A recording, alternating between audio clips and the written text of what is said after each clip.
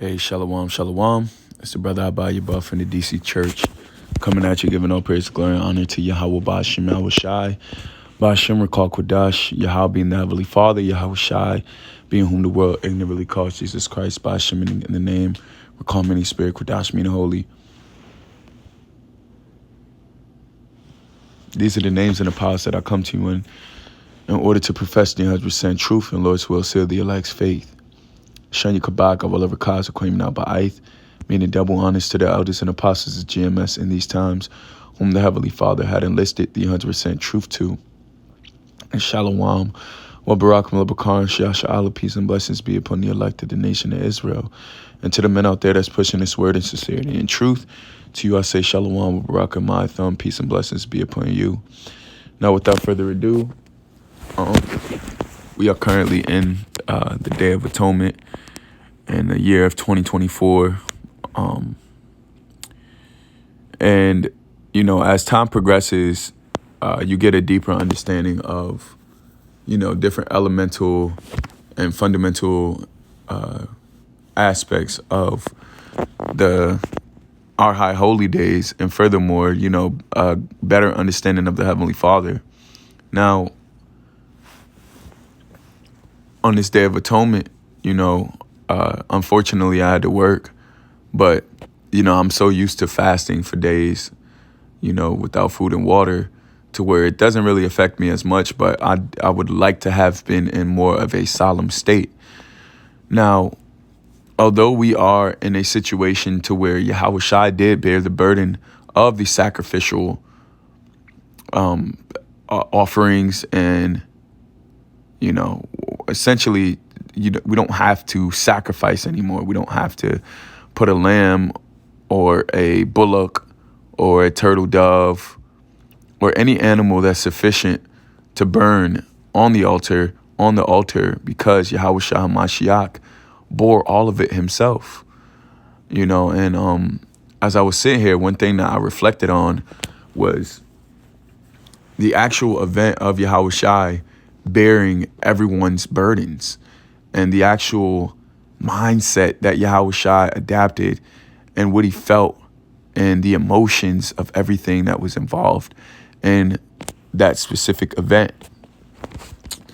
And one of the things that I thought about is, you know, I try to put myself in a mind of, like, you know, of walking and feeling that pain and bearing and holding that cross and walking that cross up the stairs and walking that cross down the hill and walking that cross, you know, wherever it was that he had to, whatever terrain that he had to walk through, you know, and him knowing that there's no other way that I could have avoided this, and that this is the only way that our nation is going to be reestablished. And the amount of pain, you know, the amount of unbearable pain that Yahweh Shai had to essentially, you know, heap unto himself in order for us to be in a predicament to where sacrificial laws are no longer, you know, something that we have to continually upkeep. You know, you got to really think about how important and how big of a deal that one act that the Hamashiach Yahweh Shai did to overturn a rule on a law. I mean, you got to really think about it, you know. And as I sit here and I was thinking about it, you know, I said, we have to be thankful amidst of us being solemnly, you know, sorry for the transgressions that we've piled up, and having this day of amnesty where we can rid ourselves of the debt of sin, you know, and show obeisance to the Heavenly Father via supplication and to the atonement. You know, you also have to think about how thankful we should be that Yahweh Shah HaMashiach did what none of us could have, what none of us were able to, what none of us ever would have had the opportunity to do. He was born a different creature, a different man, but he was in the likeness of the same flesh as us. And I think about different limitations that I have as far as my abilities, how high I can jump, how loud I can bass my voice, how fast I can run, the long duration of how much I can run. We all have limitations. And this is the same flesh that Yahweh Shah HaMashiach had to bear that burden in. Okay? We're talking about everlasting chains of darkness. He did the impossible. Okay? So now that he has done the impossible, we're doing what we can possibly do within the means of, the grace that the Heavenly Father has given us. So with all that being said, I wanted to read Romans chapter 5, and I'm going to start at 12, and I'm going to just read on down. It says, wherefore, as by one man sin entered into the world, and death by sin, and so death passed upon all men, for that all have sinned. Okay? Now, through Adam, who was and is Yahweh Shai, sin has crept its way into the earth. Okay? And it's crazy because really, Eve sinned first. But it didn't matter that Eve sinned up until Adam committed that same sin. And that shows you the power of men. Okay? Because it says, whereas by one man sin entered into the world. So by the man is the way that sin entered into the world. Okay? Because you women been going off long before men. All right? So it says, for until the law sin was in the world, but sin is not imputed when there is no law. Okay? Nevertheless, right, because if there was no law, we wouldn't even have to have a day of atonement. Okay? But there is a law, there is a standard, there is a foundation. And thankfully, there is a foundation, there is a law, and there is standards that lets us know, because what it really does is it sets us apart from the rest of the individuals in this world. And it gives us hierarchy, okay? It gives us boundaries, and it gives us godhood, okay? Whenever we perform these laws to perfection, we are able to exceed past what is humanly possible, or the human limitations and restraints, okay? And that's why when we follow the laws 100%, we're going to have supernatural powers that accompany that, okay? Nevertheless, death reigned from Adam to Moses, even over them that had not sinned after the similitude of Adam's transgressions, who is the figure of him that was to come, right? So because Adam sinned, sin was able to creep into that chosen line from Adam all the way to Moses, okay? Because then when Moses was here, that's when the law was established, okay? But from Adam to Moses, it says, death reigned from Adam to Moses, even over them that had not sinned after the similitude of Adam's transgressions. Now, I'm going to read that in the NIV. It says, nevertheless, death reigned from the time of Adam to the time of Moses, even to those who did not sin, breaking a command. Okay? So, we all had to reap of the side effects of sin based off of one man. Okay? And he wasn't just a regular man. Adam was the Adam. Okay? And later on, it's revealed that he was the Hamashiach. that Adam is the same spirit of Yahweh Shah HaMashiach. So Yahweh Shai played very, very major positions in this script. Okay. And furthermore, that's part of the reason why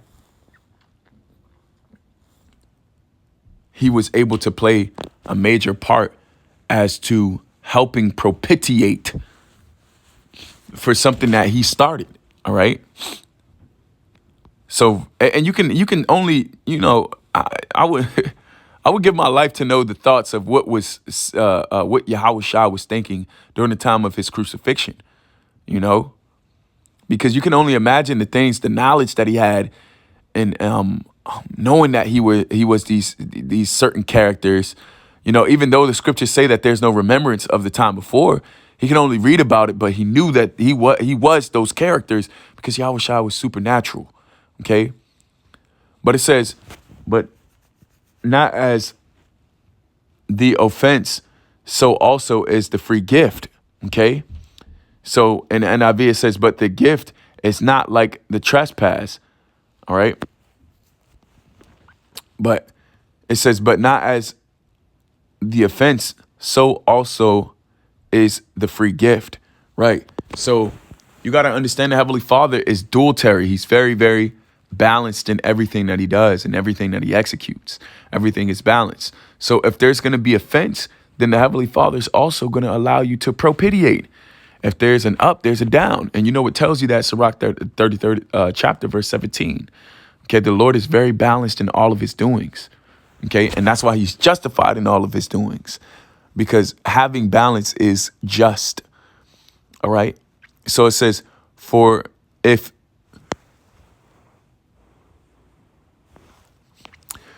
and this is the main point, of verse 15 and 16, it says, for if through the offense of one many be dead, much more the grace of God and the gift by grace, which is by one man, Yahweh Shai HaMashiach, hath abounded unto many.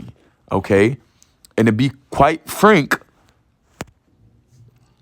on this side, there are going to be more that's destroyed than that's saved. But when we get in the kingdom of heaven, once Israel starts to repopulate, the number of individuals we're going to be as the sands of the sea. So it's going to be so much of us that it's going to outweigh the number of individuals that had to die on this side for the kingdom of heaven to be ushered in. All right. So it says, not as it was by one that sinned, so is the gift. For the judgment was by one to condemnation, but the free gift is of many offenses unto justification. So although one man sinned and we were put under subjection to sin, after that one man's deed, you got to also understand that just by that same one man's deed, we were able to have an even greater gift of faith and mercy and grace by that one man. Okay. So it says, for if by one man's offense death reigned by one, much more they which receive abundance, so much more are going to receive the abundance of the grace of Yahweh Bashmal Shai than those that are going to be destroyed by that one man, or those that were destroyed by that one man's sin. Okay. And it says, and of the great gift of righteousness shall reign in the life by one Yahweh Shah HaMashiach. And that is part of the reason why we could never, ever disannul Yahweh Shah HaMashiach, because of how important the factor of his life is to us and to our salvation. Okay. Without Yahweh Shah HaMashiach, we would never be able to atone, because we're way too far into the fucking rabbit hole. We can't keep the law, statutes, commandments 100%. We would be doomed without Yahweh Shah HaMashiach. Okay. And this is the main point that I wanted to make. Although we are solemnly celebrating or participating in the Yom Kippur, all right, or the Day of Atonement, we also have to acknowledge the free gift of faith that we have able to receive through Yahweh Shah HaMashiach, and the grace emphasis on grace that we were able to obtain via Yahushua HaMashiach's suffering. Okay? It's the word grace, and it's Strong's G 5485. Charis. Charis. almost like charismatic. Okay? So it says, that which affords joy, pleasure, delight, sweetness. Okay? We got loveliness, charm, loveliness, grace of speech, goodwill, loving kindness, favor. We were able to obtain favor in the sight of the Heavenly Father. You know how like the king would put out his staff, you know, to basically grace an individual that came to his throne. All right. It's the same concept. The Lord he graced us by giving us his son, his only begotten son, to allow us to propitiate continually. So really every day is a day of atonement. We can propitiate and atone any day because we have amnesty through Yahushua HaMashiach. All right. That one man, that one man in which we are able to obtain life and life everlasting. All right. So this is just one of the things that I reflected on during my time atoning. You know, I pray that the Heavenly Father truthfully forgives us of our transgressions from the past and the present and in the future, truthfully. You know, and I pray that we are a part of that number. All right. So that's all I had to say pertaining to this topic. You know, I pray that you were edified through this epistle. I give all praise, glory, and honor to Yahweh Ba'ashim Yahushai, Ba'ashim Kodash, Shen Yikabaka, Wala Rakaz, Koyuna Ba'aith, Shalom, Rabbi Rakam, Lava Khan, Shiash Allah. Until next time, I say Shalom.